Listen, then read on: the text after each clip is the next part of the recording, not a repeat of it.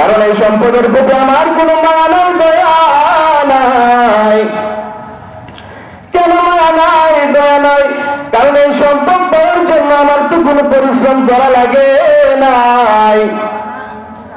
এজন্য ইমামে শাফিঈ রাহমাতুল্লাহি আলাইহি নাম শুনছেননি? ইমামে শাফিঈ রাহমাতুল্লাহি আলাইহি মাযহাবের 4 ইমামের একজন ইমাম। তিনি একদিন সূরা ফাতিহা তেলাওয়াত করেন, আলহামদুলিল্লাহি রাব্বিল আলামিন আর রহমানির রহিম মালিক ইয়াউমিদ্দিন ইয়্যাকা না'বুদু ওয়া ইয়্যাকা নাস্তাঈন ইহদিনাস সিরাতাল মুস্তাকিম। ইমাম শাফিঈ রাহমাতুল্লাহি আলাইহি যখন বলেন ইহদিনাস সিরাতাল মুস্তাকিম, আল্লাহ তুমি আমার হেদায়েতের সম্পদ দাও, আয় আল্লাহ তুমি আমার সহজ সরল পথের দিশা দাও। এই আয়াত যখন পড়ে হযরত ইমাম শাফিঈর চোখ দিয়ে গড়গড় করে পানি পড়ে। ভক্তরা জিজ্ঞাসা করে, হুজুর আপনি অন্য সূরা পড়লে আপনার চোখে পানি আসে না, কিন্তু সূরা ফাতিহা যখন পড়েন আপনার চোখ দিয়ে কেন পানি বের হয়? মুসলমান ভাইরা আমার, ইমাম শাফিঈ রাহমাতুল্লাহি আলাইহি বলেন, তোমরা কি জানো আমি যখন সূরা ফাতিহা পড়ি, আমি যখন পড়ি ইহদিনাস সিরাতাল মুস্তাকিম, আল্লাহ তুমি আমার সঠিক সরল পথের দিশা দাও, আল্লাহ তুমি আমাকে হেদায়েত দাও, আল্লাহ তুমি আমাকে ঈমানের সম্পদ দাও। এই আয়াত যখন পড়ি আমার প্রতি আল্লাহ তাআলা বিশেষ একটা দয়া করেছেন, মায়া করেছেন। সেই দয়া মায়ার কথা স্মরণ করে আমি কান্নাকাটি করি। ভক্তরা জিজ্ঞাসা করে, কিসের মায়া, কিসের নিয়ামত? যে নিয়ামতের কথা স্মরণ করে আপনি আল্লাহর দরবারে কান্নাকাটি করেন। ইমামে শাফিঈ বলেন, তোমরা কি জানো পৃথিবীতে এমন অনেক মানুষ আছে যাদের নাম ধরে ধরে পৃথিবীর শ্রেষ্ঠ মানব নবী রাসূলরা পর্যন্ত দোয়া করছে। হযরত নূহ তার সন্তানের হেদায়েতের জন্য দোয়া করছে, কি করে নাই? একটু জোরে কথা বলেন, করছে কি করেন? হযরত নূহ এত বড় একজন নবী, পবিত্র কোরআনুল কারীমের ভিতরে বর্ণিত হয়েছে, হযরত নূহ দুই হাত উত্তোলন করে বলেছে, আল্লাহ তুমি আমার সন্তানকে হেদায়েতের দৌলত দান করো, আয় আল্লাহ তুমি আমার সন্তানকে জাহান্নামের আগুনে জ্বালায়ো না। আল্লাহ কাল কিয়ামতের ময়দানে তুমি আমারে জাহান্নামের পিতা হিসেবে উঠায় না। ইমামে শাফিঈ বলেন, নিজের সন্তানের জন্য হেদায়েতের জন্য দোয়া করে। কে দোয়া করে? একজন বড় নবী তার সন্তানের ঈমানের জন্য দোয়া করতেছে। কিন্তু দুঃখের বিষয় হলো হযরত নূহ এত বড় নবী দোয়া করার পরেও নূহ আলাইহিস সালাতু ওয়াস সালামের সন্তান হেদায়েত পায় না। শুধু তাই নয় রে মুসলমান, হযরত নূহ এত বড় নবী, তিনি তার স্ত্রীর জন্য দোয়া করে, আল্লাহ তুমি আমার স্ত্রীকে হেদায়েতের সম্পদ দান করো, আয় আল্লাহ কিয়ামতের ময়দানে তুমি আমারে একজন জাহান্নামী স্ত্রীর স্বামী হিসেবে উঠায়ো না। নবীর দোয়া কবুল করে নাই, হযরত নূহের স্ত্রী হেদায়েত পায় নাই। আল্লাহ বলেন, ওয়া কানাত মিনাল গাবিরিন। হযরত নূহের স্ত্রী হেদায়েত পায় নাই, জাহান্নামের বাসিন্দা হয়ে গেছে। শুধু তাই নয় রে মুসলমান, হযরত ইব্রাহিম খলিলুল্লাহ যার নাম, এত বড় একজন নবী দুই হাত উত্তোলন করে আল্লাহর কাছে বলছে, আল্লাহ তুমি আমার পিতাকে হেদায়েতের সম্পদ দান করো, আয় আল্লাহ তুমি আমার পিতাকে ঈমানের দৌলত দান করো, আল্লাহ কিয়ামতের মাঠে তুমি আমারে একজন জাহান্নামীর সন্তান হিসেবে উঠায়ো না।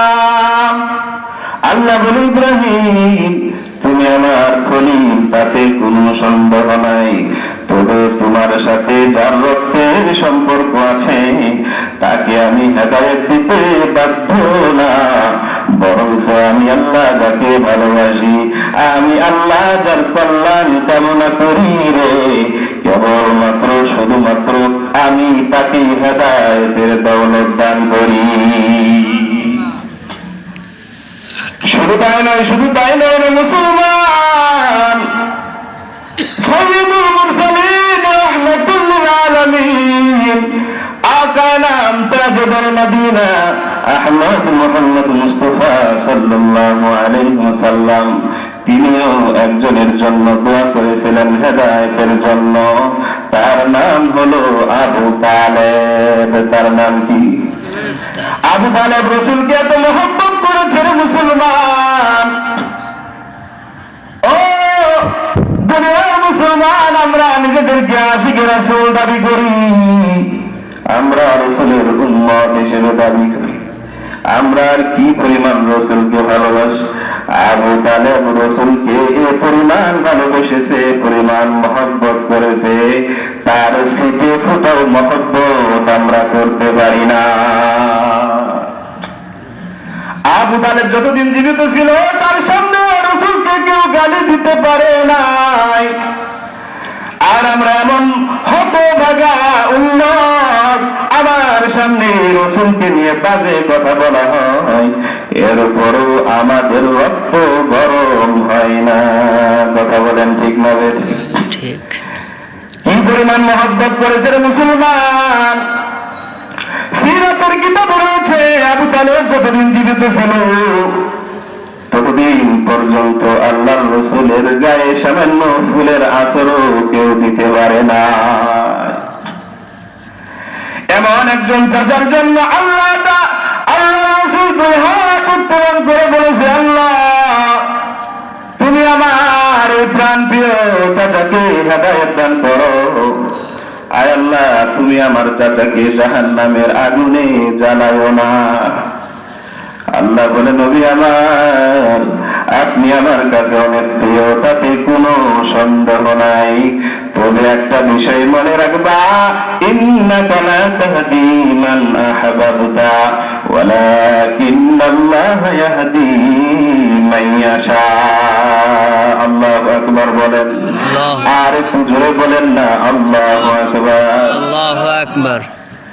আল্লাহ বলে, নবী আমার আপনি যারা মহব্বত করেন, ভালোবাসেন, তাকে তো আমি আল্লাহ হেদায়েত দিতে বাধ্য না, বরং আমি আল্লাহ যাকে ভালোবাসি, যাকে মহব্বত করি, আমি যার কল্যাণ কামনা করি, কেবলমাত্র শুধুমাত্র তাকে ঈমানের দৌলত দান করি। ইমাম শাফিঈ রাহমাতুল্লাহি আলাইহি বলেন, ও দুনিয়ার মানুষ, এত বড় বড় নবী তাদের নাম ধরে ধরে দোয়া করলো, আল্লাহ তাদেরকে হেদায়েত দান করে নাই, অথচ আমি ইমাম শাফিঈর নাম ধরে তো কেউ দোয়া করে নাই, আমি জামিলের নাম ধরে তো কেউ দোয়া করে নাই, কোন নবী দোয়া করে নাই, কোন রাসূল দোয়া করে নাই, কোন ওলি আউলিয়া গাউস কুতুব দোয়া করে নাই। করছেনি? কেউ তো দোয়া করে নাই, আল্লাহ তুমি জামিলকে হেদায়েত দান করো, তুমি ইসমাইলকে হেদায়েত দান করো, নাঈমকে হেদায়েত দান করো। কেউ তো আমাদের নাম ধরে কোন দোয়া করে নাই, এরপরও আল্লাহ আমাদেরকে ঈমানের দৌলত দান করছে, আমাদেরকে মুমিন বানাইছে, মুসলমান বানাইছে, এত বড় নিয়ামত আল্লাহ দান করছে। এই নিয়ামতের শুকরিয়া হিসেবে মৃত্যুর আগ পর্যন্ত যদি আল্লাহর কুদরতি পায়ে বিরামহীন ভাবে সেজদা দিতে থাকি, এরপরও ওই বিশাল নিয়ামতের শুকরিয়া আদায় করে শেষ করা যাবে না। মুসলমান ভাইরা রে আমার, এত সুন্দর নিয়ামত আল্লাহ আমাদেরকে দান করছেন, ও দুনিয়ার মানুষ, আমরা ঈমান আনলাম, কোনো পরিশ্রম করা লাগে নাই, কোনো পড়াশোনা করা লাগে নাই, কোনো গবেষণা করা লাগে নাই। এরপরেও তো আল্লাহ আমাদেরকে হেদায়েতের নূর দান করছে। এর উপরেও আল্লাহ আমাদের জন্য আরেকটা বড় নিয়ামত দান করছে। ঈমানের সম্পদ পাওয়ার পরে আমি জবান দিয়ে বলতে পারি আশহাদু আল্লা ইলাহা ইল্লাল্লাহ ওয়া আশহাদু আন্না মুহাম্মাদান আবদুহু ওয়া রাসূলুহু বলতে পারি। বলার সময় আমাদের কেউ বাধা দেয় না। এত সহজ আমাদের জীবন, অথচ মুসলমানদের জীবন এত সহজ নয়। এই কালিমা উচ্চারণ করতে গিয়ে কত মানুষ নির্যাতনের শিকার হয়েছে। সাহাবায়ে কেরাম ঈমানের সম্পদ পাওয়ার পরে জবান দিয়ে ঈমানের কথা বলতে পারে নাই। বলতে দেরি হয়েছে, নির্যাতন শুরু হইতে দেরি হয় না। মুসলমান ভাইরা আমার হযরত বেলাল ঈমানের সম্পদ পাওয়ার পরে যখন মুখে বলছে আশহাদু আল্লা ইলাহা ইল্লাল্লাহ, আল্লাহর উপর যখন ঈমান আনয়ন করছে, ঈমানটা যখন প্রকাশ করছে, হযরত বেলালের উপরে নির্যাতন শুরু হয়ে গেছে। কেমন নির্যাতন? উত্তপ্ত বালুর উপরে শোয়া দিছে, উত্তপ্ত বালুর উপরে মরুভূমির ভিতর। হযরত খাব্বাব ইবনে আরাস রাদিয়াল্লাহু তাআলা আনহু তিনি যখন ঈমান আনয়ন করলেন, জবান দিয়ে যখন বললেন আশহাদু আল্লা ইলাহা ইল্লাল্লাহ, জবান দ্বারা যখন ঈমানের কথা প্রকাশ করলেন, হযরতে খাব্বাব ইবনে আরাস বলে আমি একজন সাধারণ মানুষ, স্বাধীন মানুষ। ঈমান আনার সঙ্গে সঙ্গে কাফেররা আমাকে গোলাম বানায়া দিয়েছে। হযরতে খাব্বাব ইবনে আরাসের পিছনে দাগ পড়ে গেছে, পিঠে দাগ পড়ে গেছে। কেমন দাগ? চামড়া ভেদ করে হযরতে খাব্বাবের হাড্ডি পর্যন্ত দেখা যায় পিঠে। জিজ্ঞাসা করা হলো, খাব্বাব আপনার পিঠে এত দাগ কেন, আপনার হাড্ডি কেন দেখা যায়? হযরতে খাব্বাব ইবনে আরাস রাদিয়াল্লাহু তাআলা আনহু বলেন, যখন আমি আল্লাহর রাসূলের হাতে ঈমান গ্রহণ করলাম, কাফেররা আমার প্রতি পরিমাণ নির্যাতন করেছে, পরিমাণ আঘাত করেছে, জ্বলন্ত অঙ্গারের উপরে আমারে শোয়া দিছে। ততক্ষণ পর্যন্ত আমাকে উঠাই নাই যতক্ষণ না মানে কয়লাটা একেবারে ঠান্ডা না হয়ে যায়। এরপরে আমার পেটে দাগ পড়ে গেছে। হযরত আম্মার বিন ইয়াসির রাদিয়াল্লাহু তাআলা আনহু ঈমান আনয়ন করার কারণে তার উপরে নির্যাতন করা হয়েছে, তার গোটা পরিবারকে ধ্বংস করে দেওয়া হয়েছে। তার পিতা হযরত ইয়াসিরকে মারতে মারতে শহীদ করে দিয়েছে। অন্যায় একটাই, সেটা হলো ঈমান গ্রহণ করা। হযরত আম্মারের মা হযরত সুমাইয়া যখন আল্লাহর রাসূলের হাতে ঈমান গ্রহণ করলো, কালিমায়ে শাহাদাত যখন উচ্চারণ করলো, হযরত সুমাইয়ার উপরে নির্যাতন শুরু হয়ে গেল। আবু জাহেল বলে, সুমাইয়া তুমি ঈমান থেকে দূরে সরে যাও, তুমি মুহাম্মদের সঙ্গ ত্যাগ করো, তোমাকে মুক্ত দেব। হযরত সুমাইয়া বলে, আমার জীবন চলে যেতে পারে, সামান্য পরিমাণ ঈমান থেকে বিচ্যুত হওয়া আমার পক্ষে সম্ভব না।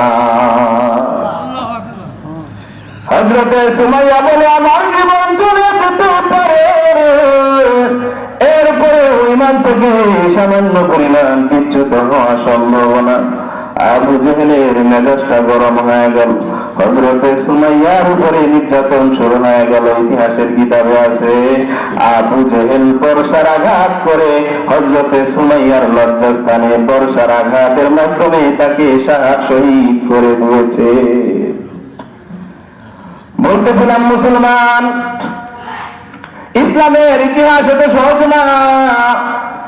আল্লাহ তাআলা আমাদেরকে কত বড় নিয়ামত দান করছেন। নিরাপদ অঞ্চলে আমাদেরকে পাঠাইছে। শুধুমাত্র সাহাবী যুগের ঘটনার মুসলমান। এর আগে একজন মহিষী নারী, তার নাম হলো আসিয়া। নাম কি? আসিয়া। আসিয়াকেও ঈমানের কারণে তার উপরে নির্যাতন করা হয়েছে। হযরতে আসিয়ার কথা কেন বললাম? আমি খুতবাতে একটা আয়াতের অংশ করেছি, সেই অংশে একটা দোয়া উল্লেখ করেছি। সেই দোয়াটা আর কারো নয়, দোয়াটি হলো হযরতে আসিয়া। কোন পরিস্থিতির ভিতরে সেই দোয়াটি বলেছিলেন? সেই দোয়াটি আমাদের সকলের জন্য গুরুত্বপূর্ণ। স্বাভাবিক পরিস্থিতির ভিতরে হযরতে আসিয়া সেই দোয়াটি করে নাই। স্বাভাবিক পরিস্থিতির ভিতরে আসিয়া সেই দোয়াটি করে নাই। কোন পরিস্থিতির ভিতরে করেছে? আল্লাহ কেনই বা কোরআনে এই দোয়াটি উল্লেখ করলেন? হযরতে আসিয়া যখন আল্লাহর প্রতি ঈমান গ্রহণ করল, সাম্রাজ্যের সকলে ফেরাউনকে রব হিসেবে স্বীকার করে, কিন্তু হযরতে আসিয়া ফেরাউনকে রব হিসেবে স্বীকার করে না। হযরতে আসিয়া বলে, ফেরাউন রব হতে পারে না, আমার একজন রব আছেন, তিনি হলেন আমার আল্লাহ। তিনি কে? আর একটু জোরে বলেন, তিনি কে? আল্লাহ। হযরতে আসিয়া বলল, ফেরাউন তুমি আমার রব হতে পারো না, আমার একজন রব আছেন, তিনি হলেন আমার আল্লাহ। ফেরাউন বলে, গোটা সাম্রাজ্যের মানুষ আমাকে রব হিসেবে স্বীকার, আর তুমি আমারটা খাও, আমারটা করো, আমার বিছানায় ঘুমাও, এরপরও তুমি আমাকে রব হিসেবে স্বীকার করো না। ব্যাপার এখনো সময় আসে, তুমি আল্লাহর বিশ্বাস থেকে দূরে সরে যাও, আমাকে রব হিসেবে স্বীকার করে নাও, আমি তোমাকে এই সাম্রাজ্যের মালিক বানায় দেব। হযরতে আসিয়া বলে, আমার এই সাম্রাজ্য দরকার নাই, আমার সুনামের দরকার নাই, দেশের খ্যাতির দরকার নাই, তুমি আমার উপরে যতই নির্যাতন করো না কেন, আমার নির্যাতনের কারণে আমার জীবনটাও যদি চলে যায়, এরপরও মুসার আল্লাহর ঈমান থেকে সামান্য পরিমাণ দূরে সরব না। সুবহানাল্লাহ। হযরতে আসিয়া কোনোভাবে ঈমান থেকে দূরে সরে যায় না। এজন্য ফেরাউন আসিয়ার উপরে নির্যাতন শুরু করে দিল। কেমন নির্যাতন? কঠিন নির্যাতন শুরু করে দিল। প্রথম দিকে একটু স্বাভাবিক শাস্তি দান করছে, কিন্তু এরপরও আসিয়া দূরে সরে যায় নাই। মুসলমান ভাইরা আমার, একটু কল্পনা করে দেখেন, হযরতে আসিয়া যদি ফেরাউনের বশ্যতা স্বীকার করত, গোটা সাম্রাজ্যের ফার্স্ট লেডি হতো কি হতো না? মুসলমান ভাইরা আমার, হযরতে আসিয়া দুনিয়া পরিত্যাগ করেছে, কেন করেছে সেটা আমি বলবো। হযরতে আসিয়ার উপরে নির্যাতন শুরু হয়ে গেল। কেমন নির্যাতন? ফেরাউনের প্রশাসন কঠিন ভাবে শাস্তি প্রদান করত। ফেরাউনের প্রশাসনের কঠিন একটি শাস্তি হলো, ফেরাউন যারে তারে যাকে অপরাধী মনে করত, হাতে পেরেক মারত, পায়ে পেরেক মেরে তাকে শাস্তি দিত। এজন্য পবিত্র কুরআনুল কারীমে ফেরাউনকে বলা হয়েছে, ও ফিরআউনা বিল আউতাদ। হযরতে আসিয়ার পায়ে পেরেক মারছে, হাতে পেরেক মারছে, শেষবারের মতো ফেরাউন আসিয়াকে বলছে, আসিয়া এখনো সময় আছে, তুমি ঈমান থেকে দূরে সরে যাও, আমাকে রব হিসেবে স্বীকার করে নাও। আসিয়ার একই উত্তর, আমার দেহ থেকে কল্লা আলাদা হয়ে যেতে পারে, এরপরও ঈমান থেকে সামান্য পরিমাণ বিচ্যুত হব না। শেষ পর্যন্ত ফেরাউন আসিয়াকে মেরে ফেলার সিদ্ধান্ত নিল। একটু খেয়াল করে শুনেন, আসিয়া বুঝতে পারলো ফেরাউন আমাকে জ্যান্ত রাখবে না, আমাকে মেরে ফেলবে। এটা জানার পরে আল্লাহ তাআলার দরবারে অত্যন্ত মায়াবী কণ্ঠে, দরদ মাখা কণ্ঠে আল্লাহর কাছে এমন একটি দোয়া করেছিলেন, সেই দোয়াটি আল্লাহর কাছে এত পছন্দ হয়েছে, এত ভালো লেগেছে, কিয়ামত পর্যন্ত যত মুসলমানের আগমন হবে, যত নরনারীর আগমন হবে, সকলকে শিক্ষা দেওয়ার জন্য পবিত্র কুরআনুল কারীমে হযরতে আসিয়ার সেই দোয়াটি উল্লেখ করে দিয়েছে। হযরতে আসিয়া এমন এক পরিস্থিতির ভিতরে দুই হাত উত্তোলন করে বলেছে, রব্বি বিনিলি ইনদাকা বাইতান ফিল জান্নাহ। হযরতে আসিয়া বলছে, হযরতে আসিয়া বলে নাই, আল্লাহ তুমি আমারে, হযরতে আসিয়া বলে নাই, আল্লাহ তুমি আমারে ফেরাউনের নির্যাতন থেকে হেফাজত করো। আয় আল্লাহ তুমি আমাকে ফেরাউন থেকে বাঁচায় গোটা সাম্রাজ্যের মালিক বানায় দাও। এমন দোয়া কিন্তু হযরতে আসিয়া করে না। হযরতে আসিয়া কি বলছে? হযরতে আসিয়া বলছে, আল্লাহ দুনিয়াতে তুমি আমার অনেক কষ্ট দিতেছো, আল্লাহ তোমার ইমানের উপর অটল থাকার কারণে ফেরাউন আমাকে নির্যাতন করতেছে। আজকে যদি তোমার ভালোবাসা যদি না থাকতো, তোমার প্রতি যদি ইমান না আনতাম, তাহলে ফেরাউন আমারে অনেক সুখে রাখতো।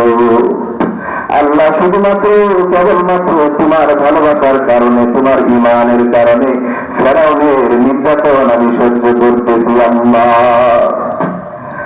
আল্লাহ দুনিয়াতে তুমি আমার এত কষ্ট দিতেছ, আমার কোনো আফসোস নাই। আল্লাহ তবে তোমার কাছে আমার একটা আবদার আছে, আল্লাহ তোমার কাছে আমার একটা চাওয়া আছে। সেই চাওয়াটি যদি তুমি পূরণ করে দাও, তাহলে দুনিয়ার এই নির্যাতিত জীবন নিয়ে কোনো অভিযোগ নাই। কি সেই চাওয়া?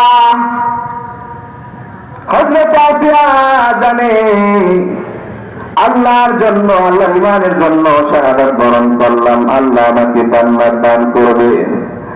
যারা আল্লাহর রাস্তায় শহীদ হয়ে যায়, তাদের রূহটা দেহ থেকে বের হতে দেরি হয়, আল্লাহ তাদেরকে জান্নাতের মালিক বানিয়ে দিতে দেরি করে না। হযরতে আসিয়া জানে আমি মারা গেলে আল্লাহকে বলতেছে, আল্লাহ তুমি আমারে জান্নাত দান করবা, তবে আমাকে শুধুমাত্র জান্নাত দিলে হবে না। আয় আল্লাহ জান্নাতের ভিতরে তুমি আমাকে বাড়িও বানায় দিবা। আল্লাহ তো শুধুমাত্র জান্নাতীদেরকে জান্নাতে দান করবেন না, জান্নাতে বিশাল বিশাল অট্টালিকারও ব্যবস্থা করেছেন, কি করেন নাই? হযরত আসিয়া বলে, আল্লাহ তোমার জন্য কষ্ট করলাম, নির্যাতনের শিকার হইলাম, আমি যদি মারা যাই তুমি আমার জান্নাত দান করবা। আল্লাহ শুধুমাত্র জান্নাত দিলে আমি সন্তুষ্ট হব না। আয় আল্লাহ জান্নাতে তুমি আমার বাড়ি বানায় দিবা। আল্লাহ শুধুমাত্র জান্নাতে বাড়ি দিলেও হবে না, এর চেয়ে বড় কিছু আমাকে দিতে হবে। আল্লাহ বলে সেটা কি? হযরত আসিয়া বলে, রব্বি বিনিলি ইনদাকা বাইতান ফিল জান্নাহ। আল্লাহ জান্নাতে জান্নাত জায়গাতে আমার জন্য বাড়ি করে দিলে হবে না, আল্লাহ তুমি যেখানে থাকো তার পাশে আমার জন্য একটা বাড়ি বানায়া দিও। সুবহানাল্লাহ। আয় আল্লাহ দুনিয়াতে কত কষ্ট দিতেছো, আমার কোনো অভিযোগ নাই। আল্লাহ তোমার পাশে যদি একটু থাকতে পারি, আল্লাহ তোমার পাশে যদি আমার জন্য একটু থাকার ব্যবস্থা করে দাও, তাহলে এই দুনিয়ার জীবন নিয়ে কোনো অভিযোগ নাই। মুফাসসিরিনে কেরাম বলেছেন, হযরত আসিয়া কেন আল্লাহর পাশে বাড়ি চাইলেন? বাড়ি চাওয়ার কারণ আছে, কারণ হযরত আসিয়া জানে জান্নাতীরা যখন জান্নাতে চলে যাবে, জান্নাতে যাওয়ার পরে জান্নাতীদেরকে সকল ধরনের নিয়ামত দান করা হবে, সুখ শান্তির সকল উপকরণ তাদের সামনে হাজির করা হবে। কি পরিমাণ সম্পদ, কি পরিমাণ নিয়ামত আল্লাহ জান্নাতীদেরকে দান করবেন, এই ব্যাপারে আল্লাহ তাআলা পবিত্র কুরআনুল কারীমের ভিতরে বলেছেন, ওয়ালাকুম ফিহা মা তাশতাহি আনফুসুকুম ওয়ালাকুম ফিহা মা তাদউন নুজুলাম মিন গফুরির রহিম। আল্লাহু আকবার বলেন। আল্লাহু আকবার। জান্নাতীদেরকে জান্নাতে শত ধরনের নিয়ামত দান করা হবে। জান্নাতীরা যা চাইবে আল্লাহ তাই দান করবে। মুখে যা দাবি করবে, দাবি করতে দেরি হবে, দাবি করা বস্তু তার সামনে হাজির করতে আল্লাহ দেরি করবে না। শুধু তাই নয় রে মুসলমান, অনেক সময় জান্নাতীরা জবানকে কিছু বলবে না। আল্লাহ বলছেন ওয়ালাকুম ফিহা মা তাশতাহি আনফুসুকুম। অনেক সময় জান্নাতীরা মনে মনে অনেক বিষয়ের আকাঙ্ক্ষা করবে। আল্লাহ বলছে জান্নাতীরা মনে মনে আকাঙ্ক্ষা করতে দেরি হবে, কাঙ্ক্ষিত বস্তু তার সামনে হাজির করতে দেরি করা হবে না। এত নিয়ামত দান করা হবে জান্নাতের ভিতরে, এরপরেও জান্নাতীদের মনের ভিতরে কোনো শান্তি নাই। জান্নাতীদের মনে হবে কি যেন পাই নাই, কি যেন পাই নাই। মনের ভিতরে একটা হাহাকার করতে থাকবে, কেমন যেন শূন্যতা কাজ করবে। হাই হাই কি পাইলাম না, কি যেন পাইলাম না, এমন হাহাকার করতে থাকবে। হাহাকার করতে করতে হঠাৎ করে জান্নাতীদের মনের ভিতরে তাদের সেই কাঙ্ক্ষিত বিষয়টি জাগ্রত হবে। আল্লাহু আকবার বল। জাগ্রত কে করে দিবেন? আল্লাহ করে দিবেন। অনেকক্ষণ ভাবার পরে জান্নাতীদের মনের ভিতরে কোনো শান্তি নাই, কোনো প্রশান্তি নাই। এমন হাহাকার করতে করতে মনের ভিতরে সেই কাঙ্ক্ষিত বিষয়ের কথা জাগ্রত হবে। জান্নাতীরা তখন স্মরণ করবে, হায় হায় দুনিয়ার ভিতরে কত ইবাদত করলাম, নামাজ আদায় করলাম, রোজা পালন করলাম। আল্লাহকে বলবে আল্লাহ তুমি বলেছো নামাজ আদায় করার জন্য, 5 ওয়াক্ত নামাজ আদায় করেছি, যোহরের নামাজ, আসরের নামাজ, মাগরিব এশার নামাজ আদায় করেছি, ফজরের নামাজ কনকনে শীতের ভিতরে বরফের মতো ঠান্ডা পানি দ্বারা ওযু করে আল্লাহ তোমার দরবারে হাজিরা দিয়েছি, কারণ তুমি নির্দেশ দিয়েছো সেজন্য। আল্লাহকে বলবে আল্লাহ তুমি বলছো রোজা রাখার জন্য, তীব্র গরমের ভিতরে সকাল থেকে নিয়ে সন্ধ্যা পর্যন্ত না খেয়ে থাকছি, শুধুমাত্র তুমি বলছো সেজন্য রোজা রাখছি। আল্লাহ তুমি বলছো, আল্লাহ তুমি বলছো হজ করার জন্য নিজের কষ্ট উপার্জিত অর্থ দ্বারা হজ আদায় করছি, যাকাত দেওয়ার জন্য বলছো আল্লাহ নিজের কষ্ট উপার্জিত অর্থ আল্লাহর রাস্তায় ব্যয় করেছি। আল্লাহ তুমি বলছো সেজন্য তোমার বিধান পালন করছি। আল্লাহ দুনিয়াতে তো তোমাকে আমরা দেখতে পারি নাই, আল্লাহ তুমি আমাদেরকে পুরস্কার হিসেবে জান্নাত দান করেছো। আয় আল্লাহ দুনিয়াতে তোমাকে দেখতে পারি নাই, জান্নাতে তোমার দর্শন আমরা মিস করতে চাই না।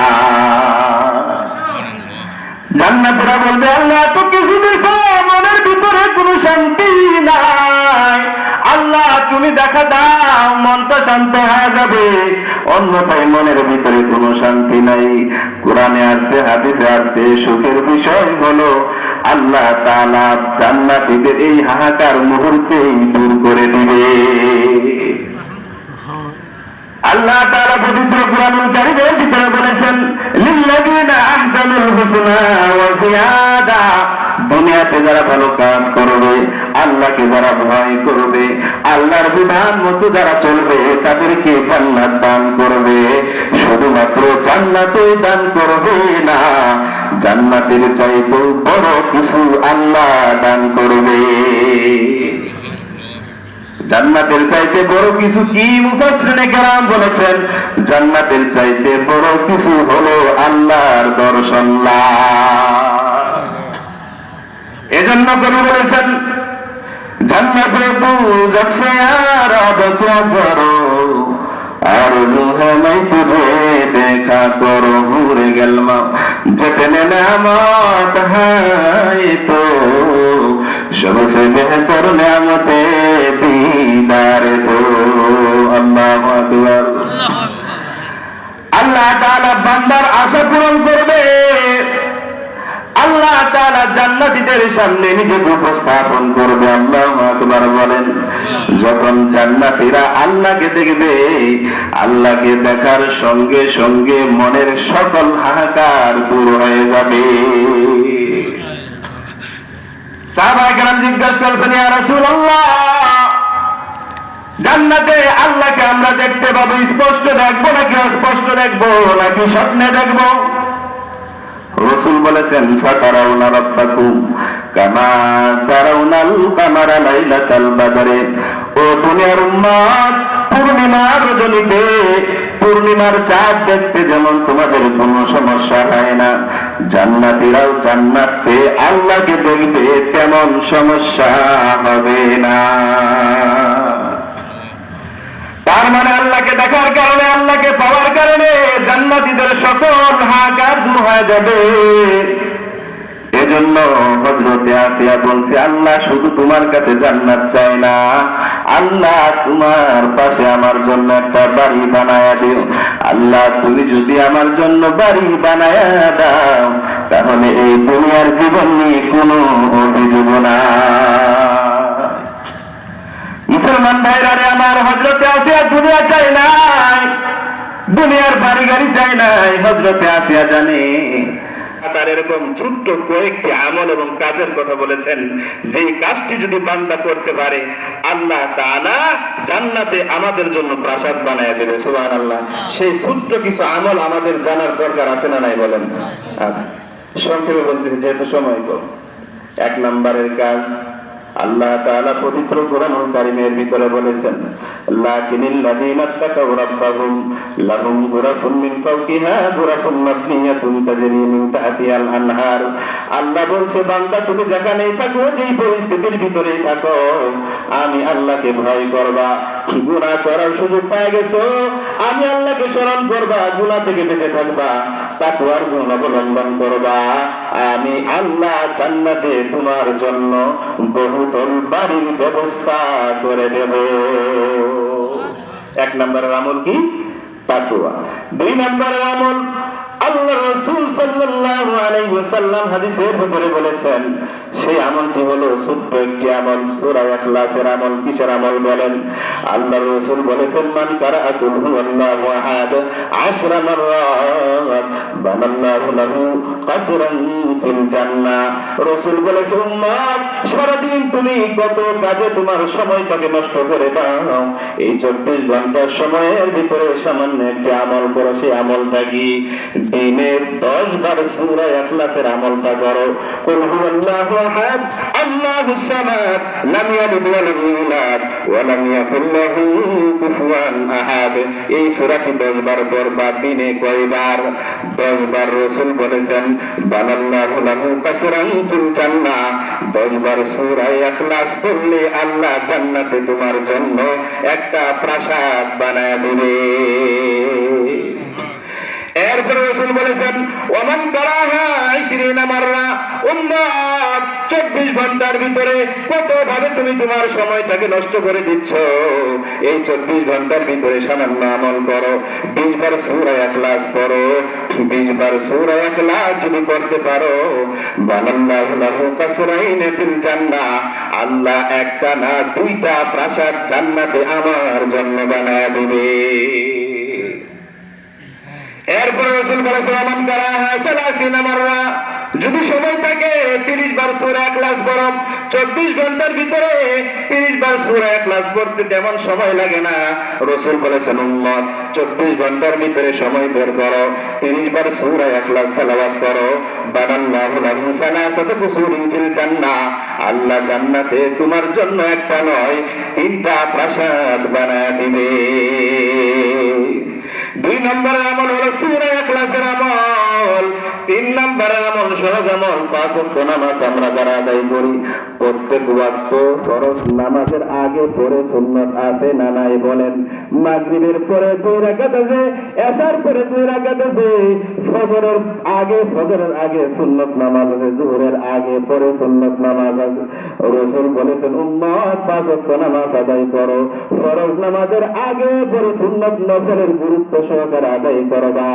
রাসূল বলেছেন বানাল্লাহু লাহু কাসরান ফিল জান্নাহ, 5 ওয়াক্ত নামাজ পড়বা, আগে পরের সুন্নতের পাবন্দি করবা, আল্লাহ জান্নাতে তোমার জন্য বিশাল প্রাসাদ বানায় দিবে। সহজ আমল বললাম 3 নাম্বার, নফলের গুরুত্ব দেওয়া, সুন্নতের গুরুত্ব দেওয়া। 4 নাম্বারে আমল, সহজ আমল, যেই আমলটি যেই বর্ণনা আমি খুতবার ভিতরে উল্লেখ করেছি। রাসূল বলেছেন মান বানা লিল্লাহি মসজিদা বানাল্লাহু লাহু বাইতান ফিল জান্নাহ। আল্লাহ বলছে, রাসূল বলেছে উম্মত দুনিয়াতে মানুষ যেন সিজদা দিতে পারে, নামাজ যেন আদায় করতে পারে, নামাজের জায়গার ব্যবস্থা করে দাও, মসজিদের ব্যবস্থা করে দাও। কিসের ব্যবস্থা? মসজিদ নির্মাণ করো, মসজিদ নির্মাণে সহযোগিতা করো, দ্বীনি কাজে সহযোগিতা করো, দ্বীনি কাজে সবসময় পাশে থাকো, মাদ্রাসার পাশে থাকো, দ্বীনি প্রতিষ্ঠানের পাশে থাকো, অর্থ দিয়ে পরামর্শ দিয়ে সহযোগিতা করবা।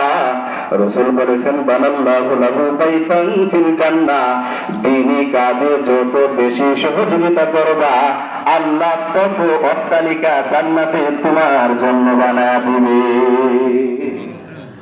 এই জন্য জান্নাতে বাড়ি বানাইতে চাইতো ইনশাআল্লাহ।